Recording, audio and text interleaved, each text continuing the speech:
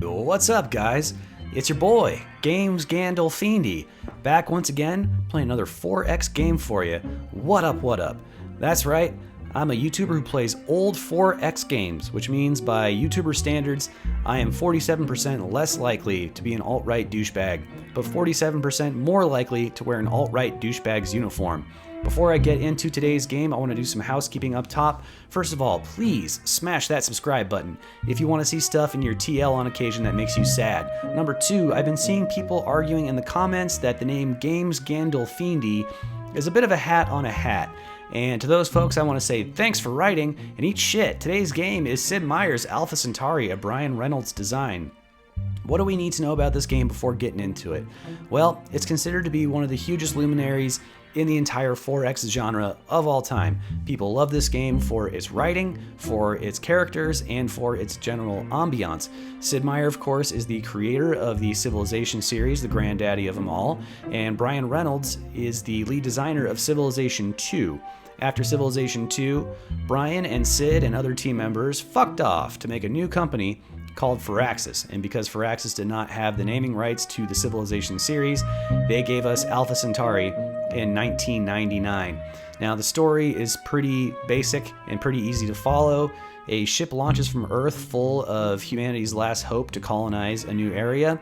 As they approach that new area, a planet by the name of Planet, the captain of the ship is assassinated and chaos ensues. Everybody on board unites behind 7 different faction leaders who are divided by philosophical differences, and all 7 make planet fall onto planet, and from there vie for supremacy on the surface.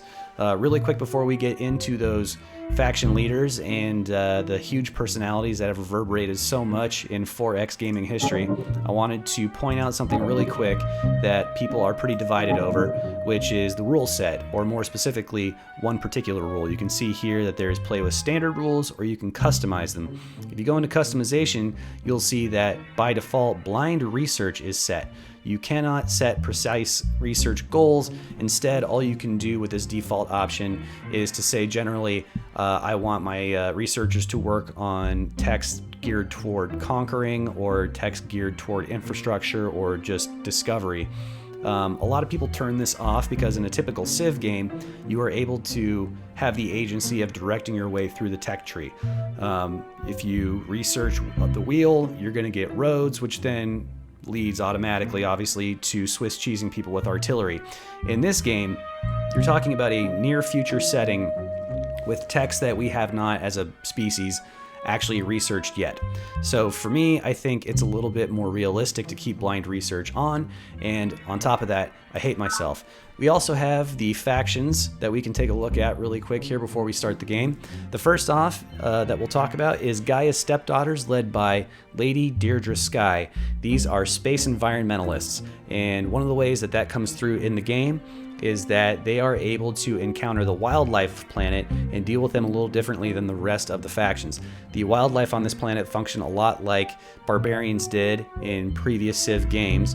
They are antagonistic units that will attack every faction in the game, including Gaia Stepdaughters. But Gaia Stepdaughters, earlier than everybody else, are able to confront those units and actually convert them to their own cause. In the earliest part of the game, those units take the form of something called mind worms, which are a writhing boil of worm-like creatures who basically get into your brain and make you see your worst nightmares and murder you psychokinetically. So it's good to not be killed by them and instead use them against other people. Next up, we have the Human Hive, led by Chairman Shenji Young. These folks are the futurist transhumanists that we all aspire to be. They do not give one shit about the sanctity of the human body or form or life or any of those things. All they care about is spreading an orderly society of uniformity. After that, we have the University of Planet, led by academician Prokhor Zakharov, and these are scientists who are concerned with discovery for discovery's sake.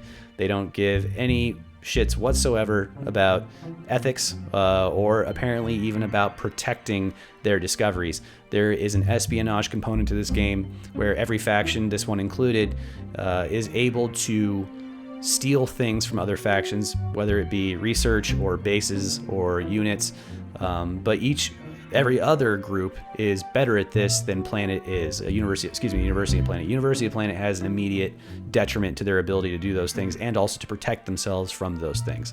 Next up, we have Morgan Industries, led by CEO Nwabudike Morgan. These guys are concerned with one thing and one thing only, and that is getting their credits through the roof. Credits are the currency in this game, and what they lack in their ability to pump out and support their troops economically, they're able to compensate with their giant bankroll. Next up is the Spartan Federation, led by Colonel Corazon Santiago.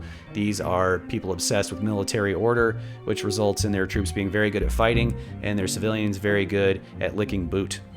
Next up, we have the Lord's Believers, led by Sister Miriam Godwinson. These are space fundamentalists, which means that first and foremost, they are bad at research, but next, they are pretty good in a fight as long as they are the ones on the attack. If they are defending, they don't get any special bonus, but if they are attacking you, they do get a bonus, which I guess you can call religious fervor. It also incentivizes this faction to constantly be attacking everybody else, which makes them assholes. Last up, we have the UN Peacekeeping Forces, led by Commissioner Provenlaw. This is the last vestige of Earth's United Nations, and they are putatively concerned with democracy and with diplomacy. I am drawn to this faction because of that. I do appreciate the fact that they are concerned about pursuing peace and pursuing dominance through diplomacy. And invariably, in every single game, the first thing I do is murder the fundamentalists. Okay, so before we get started, I just wanted to throw out those quick descriptions so that we can have an idea of what you're about to see and how it plays out story-wise. In the next video, we'll actually make Planetfall, and we'll go from there. Until then, everybody, thanks for joining me, and stay flippy.